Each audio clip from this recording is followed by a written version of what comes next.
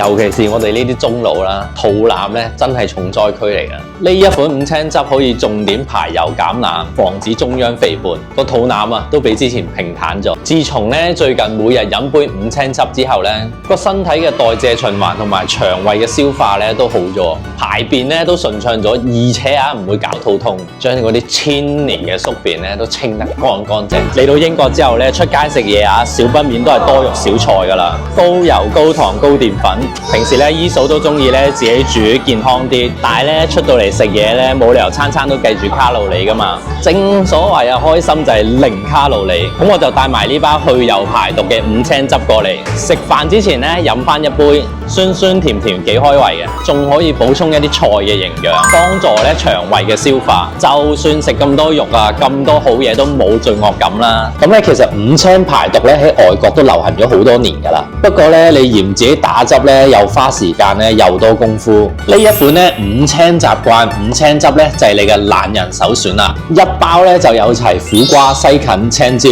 青瓜、青蘋果5種有機蔬果濃縮製食，仲加咗咧蘆薈同埋綠茶，促進代謝循環、淨腸排毒、減肚腩，仲可以過埋三高添，唔寒涼冇副作用，女士都可以飲㗎。今日咧就等姨嫂教大家幾種唔同嘅食法，齊齊實行五青好習慣。平時咧早餐咧我就會溝落牛奶度當做代餐，飽肚又排毒，或者咧我就會直接將啲粉咧倒落支豆漿度，shake勻佢嚟飲，排水同去濕嘅效果都好好。另外加 yogurt 都好好味。上面可以加堅果同埋水果裝飾下，就變成一個好健康嘅營養甜品，好啱下午茶或者宵夜食。我都覺得排清身體毒素之後呢，個肚冇咁容易肚脹，身體輕盈咗，皮膚都靚啲。如果咧你懶得沖粉飲嘅呢，其實仲有呢款五青丸可以揀嘅，有攝袋包實保存，隨身攜帶非常之方便，而且呢，佢細細粒好容易吞，每日空肚食2至3粒，同樣都做到五青排毒嘅效果嘅。如果大家有興趣嘅話，去萬寧門市或者正品個官網買嚟試下啦。